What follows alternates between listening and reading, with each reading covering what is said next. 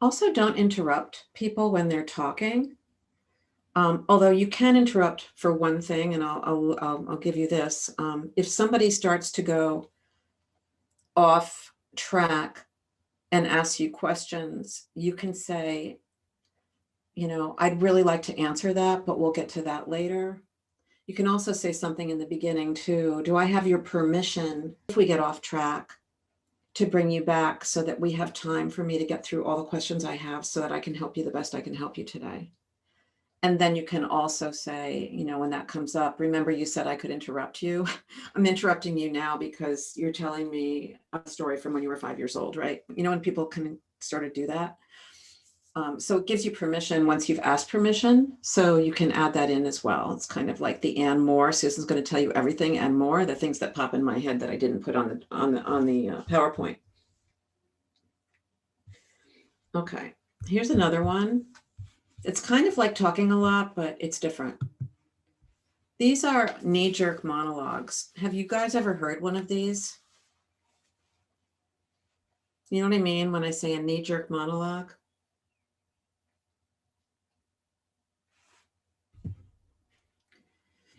Okay, this is kind of like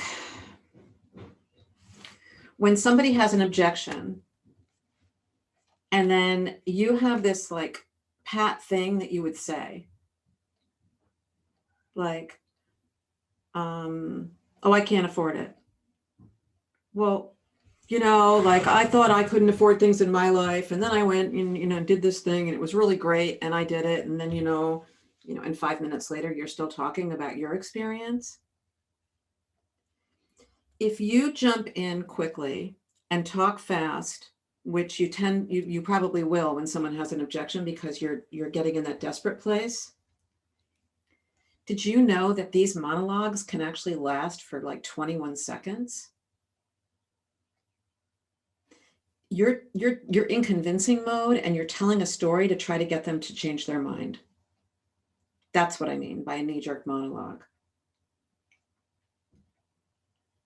And what really happens is you stop creating conversation, you're just talking. And remember that if you're only talking 15 to 20%, you've blown it. If you're talking, you're already going, you're into like 75, 85% yourself now. You're trying to talk your way out of a situation. You're defending yourself. You're trying to show how smart you are. It doesn't matter, but these are like little vignettes or stories that you may tell that really don't have any place in this conversation because they're not a conversation. They're talking at somebody. Yeah, let them think and be quiet. Just, hang out. It's better to have the silence than to have you filling the space with talking. 100% better, 150% better to have nothing than yak, yak, yak, yak, yak, yak, yak, yak, yak, yak. Speeding up after an objection, which I did talk a little bit about, but I'll say a few more things about this. Did you know that normal talking speed is 173 words per minute? Studies have been done in sales conversations that when somebody makes an objection, that the person who's making the offer speeds up to 188 words per minute, hoping to counter the objection with a blur of opposition. So now you're like, right? Because you're like you're trying to hold on to it. You don't want to lose it. What would happen if you just went back, right? The opposite, slowing down after an objection. That's a good point. I could see that would be, difficult. I was working with a client a couple of weeks ago, signing someone up. And I said to her, I made the offer. And she said, well, can I think about it? And I said, well, what do you need to think about? And she said, well, I need to ask my husband. Anybody ever heard that one? I need to ask my husband or my wife. Yeah, say yes if you've gotten that objection before. Yeah, I mean, it's pretty common. I said to her, well, what's he gonna say when you ask him? I always ask that. What's he gonna say? And she said, he's going to flip out and scream and yell. And I said, okay. And how long have you been married? I think she said 37 years or 27 years, something like that. I said, well, that's a really long time. And how many times have you bought something and not asked him and he's flipped out? She said, pretty much every time. I said, and how long does that last? And she said, about an hour. And I said, and you're still married? And she said, yeah, we're still married. And they're actually in business together too. So they have a shared business. So she's like, you know what? I can handle it. Let's go. I want to do this. And we went forward and she became my next client. So that was, I really slowed down and I just heard what she said and I asked more questions about it.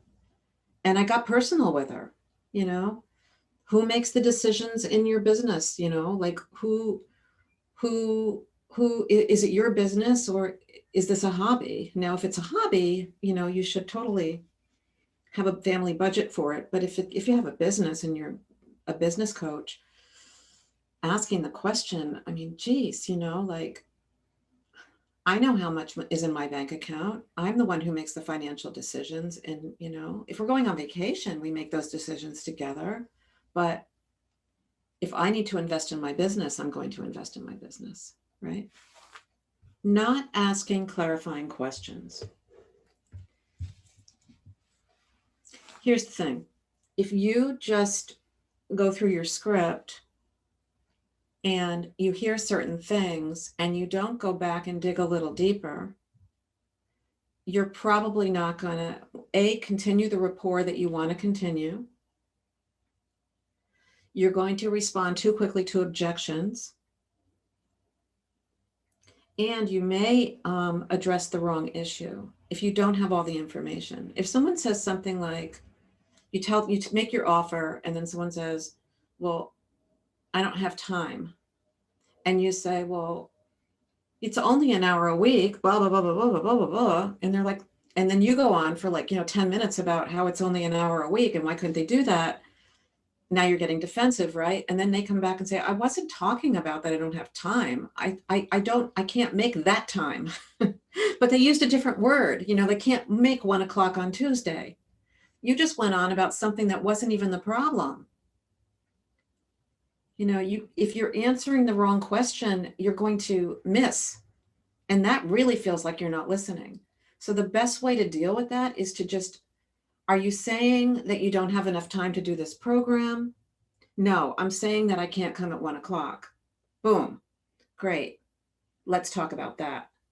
I have another program that you might be interested in. And that one doesn't have a set time. We coach together individually. We can make that time anytime you want, anytime I'm free. So then now we're back to, this is not a problem anymore. I've diffused that objection. I've woven through it. And now I can actually be supportive of that person and help them get the coaching that they need.